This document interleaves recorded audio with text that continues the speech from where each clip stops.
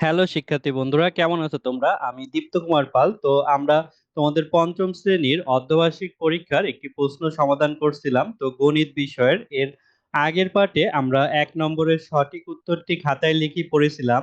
দেখো, এটি police line school and college Kushtia, এই স্কুলের প্রশ্নপত্র। তো এটি আমাদের দ্বিতীয় পর্ব। তো এই পর্বে আমরা 2 নম্বরের শূন্যস্থান পূরণ এবং সংক্ষেপে উত্তর দাও এগুলো তোমাদের সমাধান করে দেখাবো। দেখো, 2 নম্বরে আছে শূন্যস্থান পূরণ করো। 1 নম্বরে একটি গুণ অঙ্ক আছে এখানে। দেখো, 12,100-র সাথে 475 গুণ করতে হবে। তো আমি গুণটি এখানে দেখাই দিচ্ছি তোমাদের। তো প্রথমে আমরা 475 লিখবো। তারপরে আমরা এখানে শুধু 121 দিয়ে গুণ করব। আর পরে গুণফলের সাথে আমরা দুইটা শূন্য বসায় নিলেই হবে। তো 475-কে 1 দিয়ে গুণ করলে 475-ই হয়। তারপরে 2 দিয়ে গুণ করলে 5 দুগুণী 10। এইখানে শূন্য লিখবো 10-এর, হাতে 1 থাকে, 7 দুগুণী 14, আর 1-এ 15, হাতে 1 থাকে, 4 দুগুণী 8, আর 1-এ 9 হয়। তারপরে আবারও উপরের সংখ্যাকে 1 দিয়ে গুণ করলে ওই সংখ্যায় থাকে, অর্থাৎ 475 আর কি। তো আমরা এটা লিখবো। তারপরে দেখো, আমরা এটা যোগ করব। তো এভাবে আমরা যোগ করে দেব। 5, 7, আর 5 আর 5-এ 10, আর 4 হচ্ছে 14। 14 4, হাতে 1 থাকে, 9 আর 1-এ 10, আর 7-এ 17। 17 7, হাতে 1 থাকে, 4-এর সাথে যোগ করলে 5 হয়।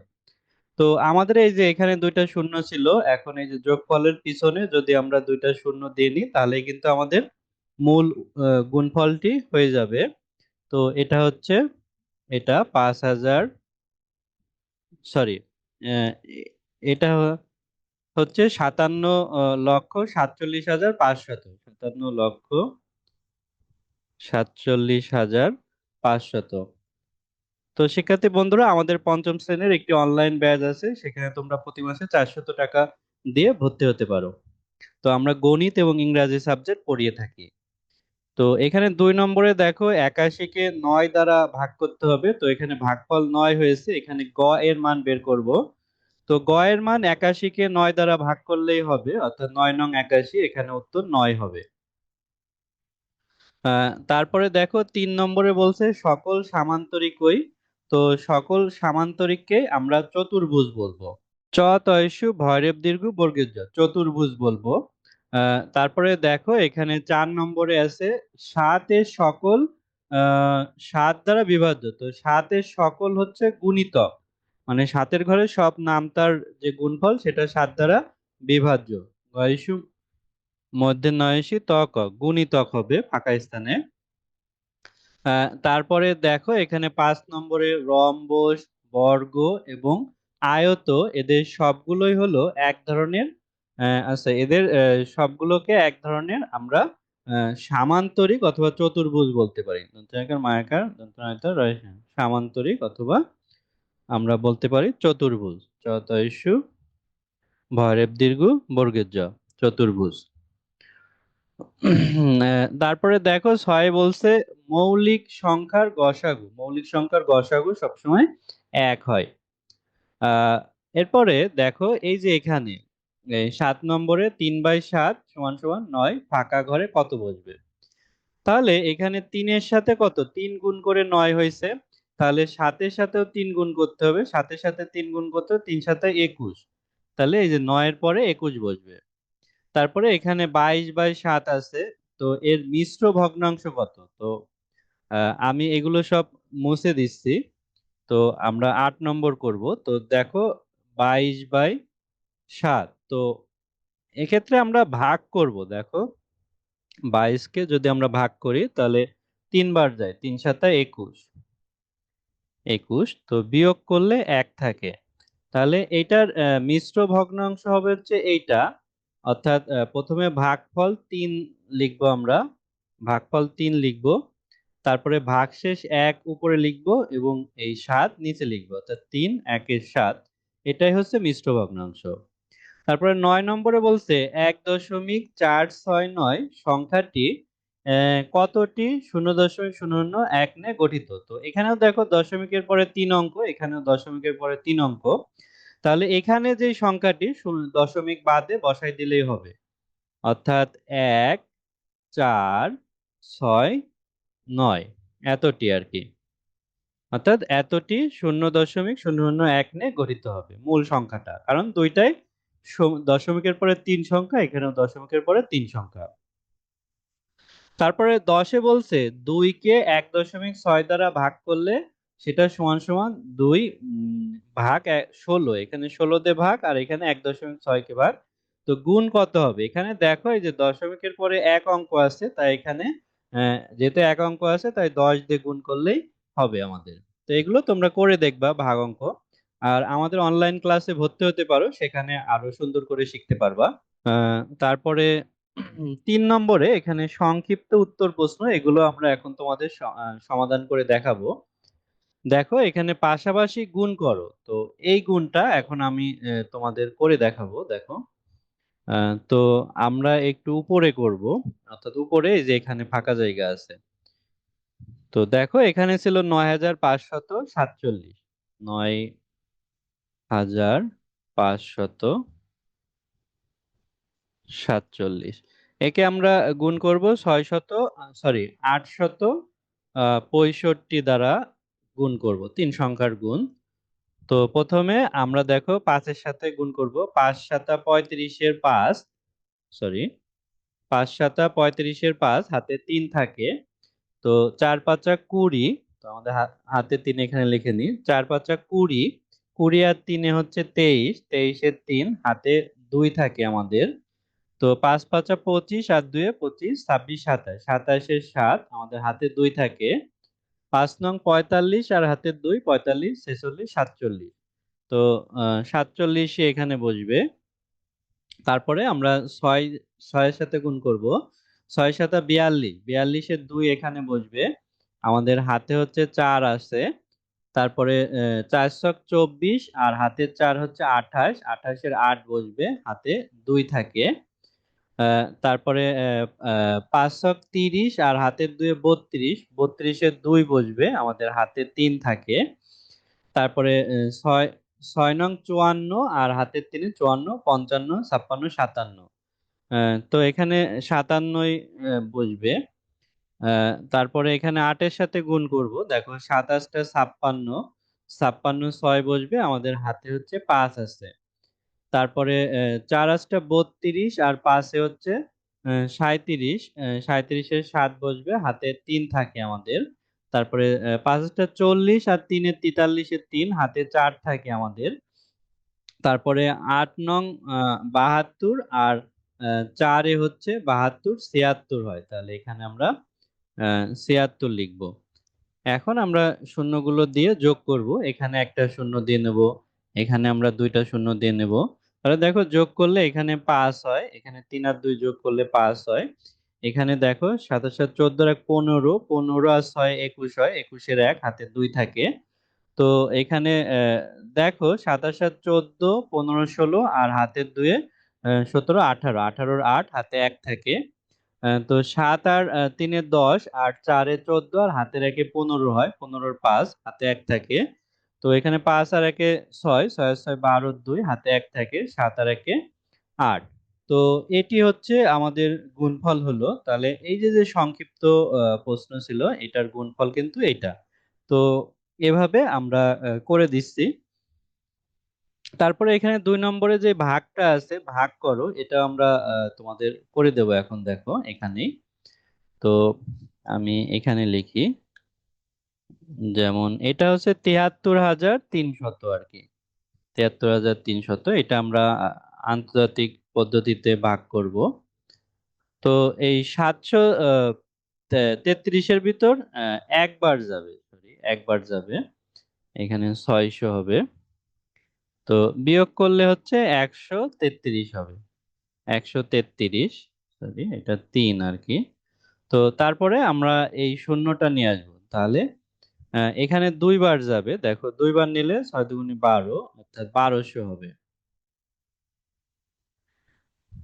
১২০০ হবে। তারপরে বিয়োগ করলে হচ্ছে 0, 3 এবং 1 আসবে। তা আবারও এই শূন্যটা যদি আমরা নিই তাহলে এখানে 1300 হয়েছে, 1300-র ভিতর এখানে 2 বার যাবে। তো দেখো এইভাবে 2 বার নিয়ে এটা হচ্ছে 1200 হচ্ছে, 1200। তো এখানে ভাগশেষ হচ্ছে 100 আমাদের থেকে যাচ্ছে। তাহলে এখানে আমরা ভাগফল পেলাম হচ্ছে 122 আর ভাগশেষ পেলাম 10। তো এটা তোমরা এখানে লিখে নিতে পারো।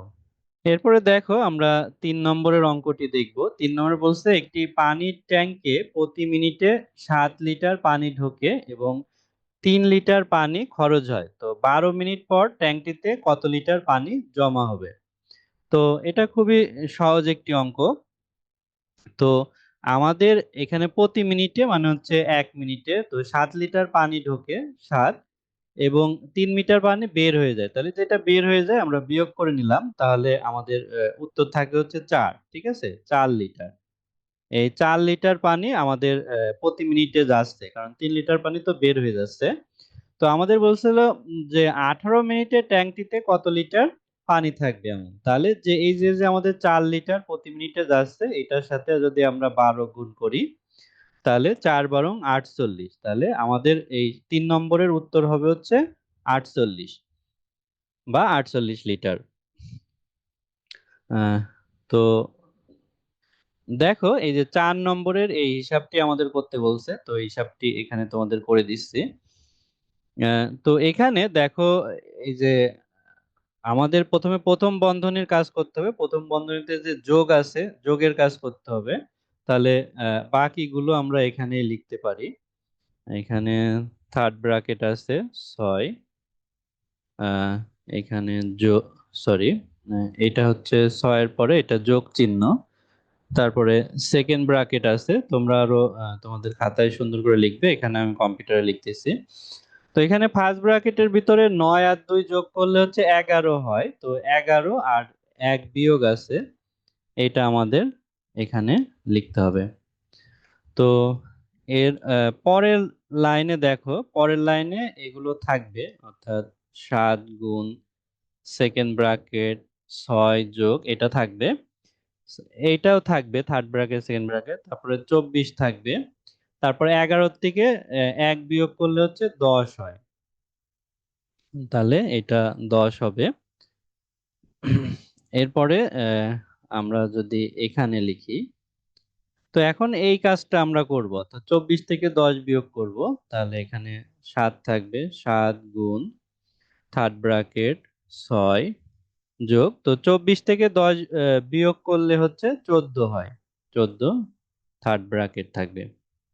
তো এরপরে আমরা 7-এর সাথে গুণ করব, এই 6 আর 14 যদি যোগ করি তাহলে 20 হয়। দেখো 20 হচ্ছে, তো 7-এর সাথে 20 গুণ করলে 7 দুগুণী 14, তো 140 হবে আর কি, এটা 140 হবে এভাবে। তো তারপরে 5 নম্বরে আমাদের কি লসাগু করতে বলছে, তো লসাগু সহজ, তো এখানে আমরা করে ফেলি। 7, 10, 12 এবং 14। তো দেখো এখানে লসাগু করার জন্য 2 দিয়ে ভাগ করতে পারি, তাহলে 7 7ই থাকবে। আমি একটু ভালো করে লিখি, 7। আর 10-কে হচ্ছে 2 দিয়ে ভাগ করলে 5 হয়, 12-কে 2 দিয়ে ভাগ করলে 6 হয় এবং 14-কে 2 দিয়ে ভাগ করলে 7 হয়।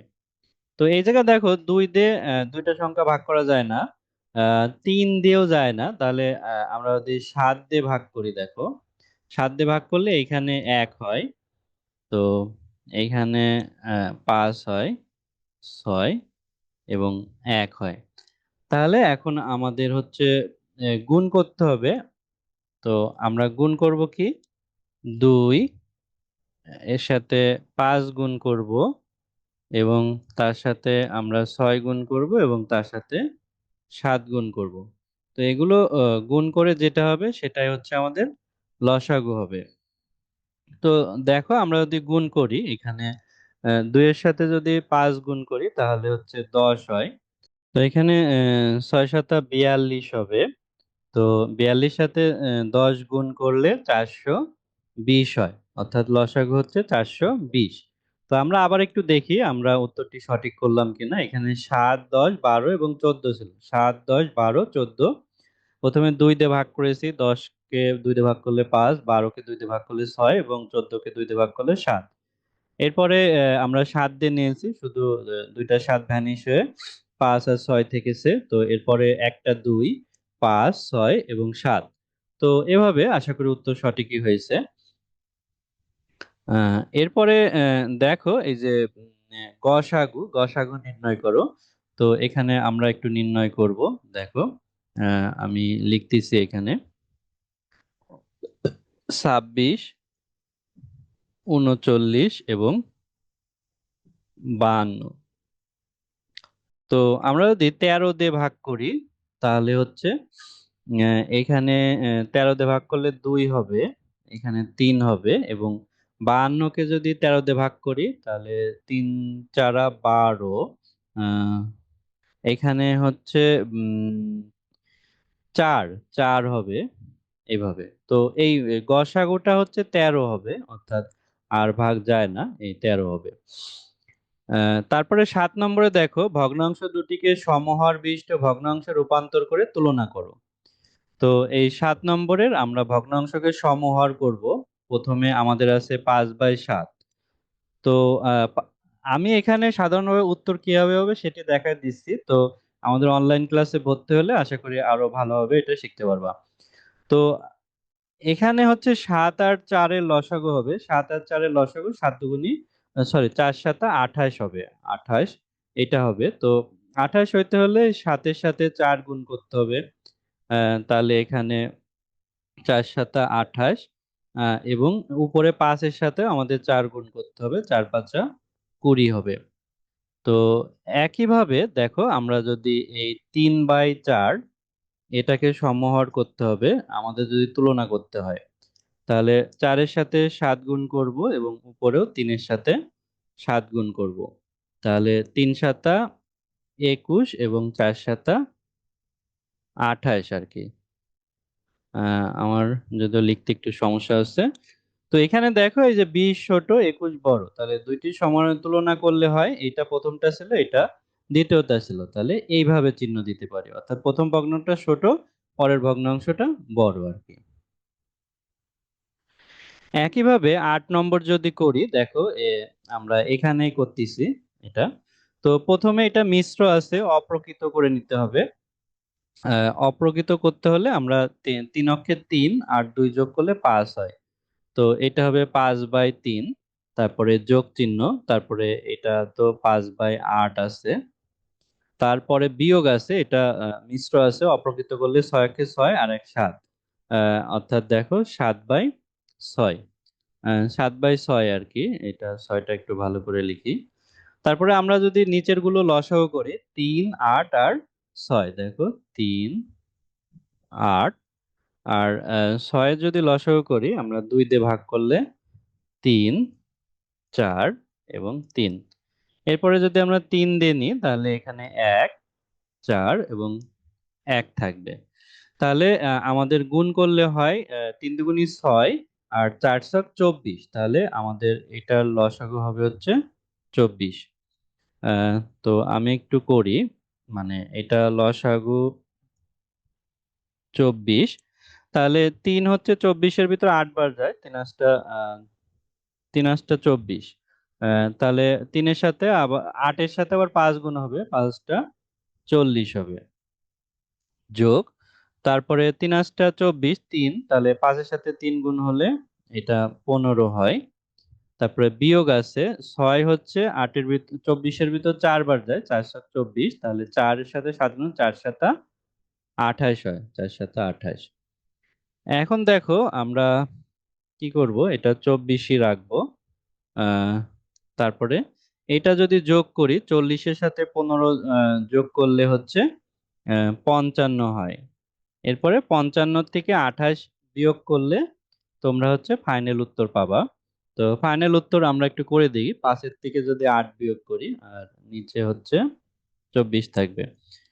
তো 15 থেকে 8 বিয়োগ করব, তাহলে 5 6 7 হয় এবং এটা 3 ধরে 2 হয়, অর্থাৎ 27/24 এটা আমাদের হবে। দেখো 9 নম্বর করব আমরা। এখানে আমাদের ভাগ করতে বলছে, 3 কে 6 দ্বারা হিসাবটি ব্যাখ্যা করি।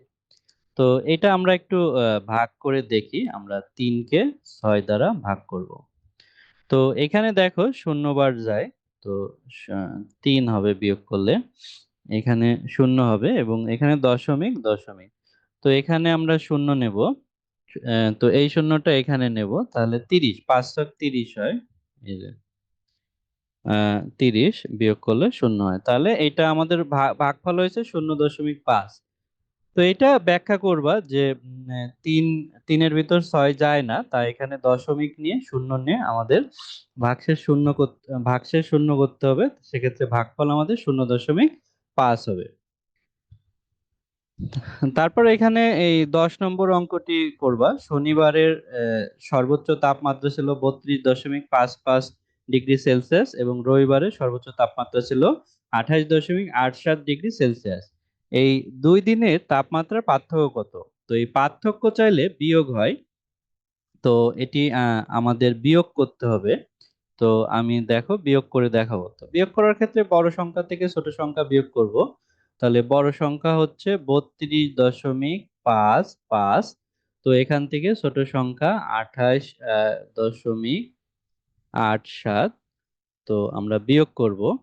তাহলে এখানে দেখো বিয়োগ করলে এখানে 5 এর থেকে 7 বিয়োগ করব, তাহলে 15 থেকে 7, 5 6 7 8, 8 হাতে 1 থাকে, 8 কে যদি 9 ধরি, তাহলে 15 থেকে 9 বিয়োগ করলে 6 হয়, এখানে দশমিক থাকবে। 5 কে 15 ধরার কারণে হাতে 1 আছে, সে 1 8 এর সাথে যোগ করলে 9 হয়। তাহলে 2 কে 12 ধরবো, 12 থেকে যদি 9 বিয়োগ করি তাহলে 3 হয়। আম, এরপরে 2 কে 12 ধরার কারণে হাতে 1 আছে, 3 থেকে 3 বিয়োগ করলে 0 হয়। তাহলে আমরা এখানে উত্তর পেয়েছি হচ্ছে 3.68। এটি হচ্ছে আমাদের উত্তর, এই 10 নম্বরের উত্তর।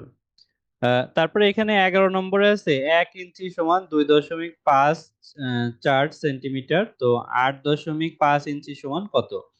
তো 1 ইঞ্চি সমান যদি এত হয়, তাহলে 8 ইঞ্চি সমান এটা গুণ গুণ করতে হবে আমাদের। আমি তোমাদের গুণ করে একটু দেখাচ্ছি, দেখো। তো এখানে দেখো 2.54। তো লিখতে একটু সমস্যা আছে, আমি লিখে দেখাচ্ছি। 5 4, তো একে গুণ করব হচ্ছে 8.5 দিয়ে। তো দেখো এখানে 4 5 হচ্ছে 20, 20 শূন্য হাতে 2 থাকে, 5 5 25। তো 25-এর আর হাতে 2 আছে, 25 26 27, 27 হাতে 2 থাকে, 5 দুগুণী 10 আর 2 এ 12 হয়। তারপর 8 এর সাথে গুণ করলে 4 8 32, 32-এর 2 হাতে 3 থাকে, আহ, তো হাতে 3 থাকে। তারপরে 5 8 40, 40 আর 3 43-এর 3 হাতে হচ্ছে 4 থাকে। তো 8 দুগুণী 16, আর 4 হচ্ছে 20 হয়, 20। এরপরে দেখো আমরা এখানে একটা শূন্য দিয়ে যদি যোগ করি তাহলে এটা হয় শূন্য। 7 আর 2 হচ্ছে আহ 9 হয়, 7 8 9। তারপরে 2 আর 3 5 হয়, এখানে 1 এবং 2। তো এই 2 ঘর এখানে হচ্ছে, দেখো এখানে 2 ঘর এবং এখানে 1 ঘর, 3 ঘর আছে, তাহলে 3 ঘর আগে দশমিক হবে, অর্থাৎ 21.590 এটা হবে। তো শুধু এইটা, অর্থাৎ 21.59 আমরা লিখতে পারি। আর এখানে কর্ণ কাকে বলে, অর্থাৎ কর্ণের সংজ্ঞা চাইছে। তো কর্ণের সংজ্ঞা হচ্ছে বহুভুজের বিপরীত দুটি শীর্ষবিন্দুর সংযোগকারী সরলরেখাকে কর্ণ বলে। অর্থাৎ বহুভুজ অনেকগুলো বাহু থাকবে। আমি দেখাই, যেমন বহুভুজ হইতে হলে এটা আহ, ত্রিভুজ তো হবে না, মানে চতুর্ভুজ, রম্বস, আয়ত, ট্র্যাপিজিয়াম হইতে পারে, এগুলো, অর্থাৎ এগুলো অনেক ভুজ, এরকম বহুভুজ হইতে পারে। তো এর ভিতরে অর্থাৎ দুইটা বিপরীত বাহুর যে শীর্ষবিন্দু থেকে যে দাগ দেয়া হয়, তো এগুলোকে হচ্ছে কর্ণ বলে। এই যে মানে বহুভুজ হইলে বিভিন্ন যে দাগ দেয়া হয় এগুলোকে কর্ণ বলে। সংজ্ঞাটা আমি আবারও দিচ্ছি। বহুভুজের বিপরীত দুটি শীর্ষবিন্দুর সংযোগকারী সরলরেখাকে কর্ণ বলে। আচ্ছা শিক্ষার্থী বন্ধুরা, আশা করি ভিডিওটি তোমাদের ভালো লেগেছে। তো গণিত বিষয়ের বড় প্রশ্নের সমাধান আমরা পরবর্তী পর্বে দেব। তো আমাদের পঞ্চম শ্রেণীর একটি অনলাইন ব্যাচ আছে, সেখানে তোমরা ভর্তি হতে পারো। সেখানে ভর্তি হলে আরো ভালো কিছু শিখতে পারবে। ধন্যবাদ তোমাদের।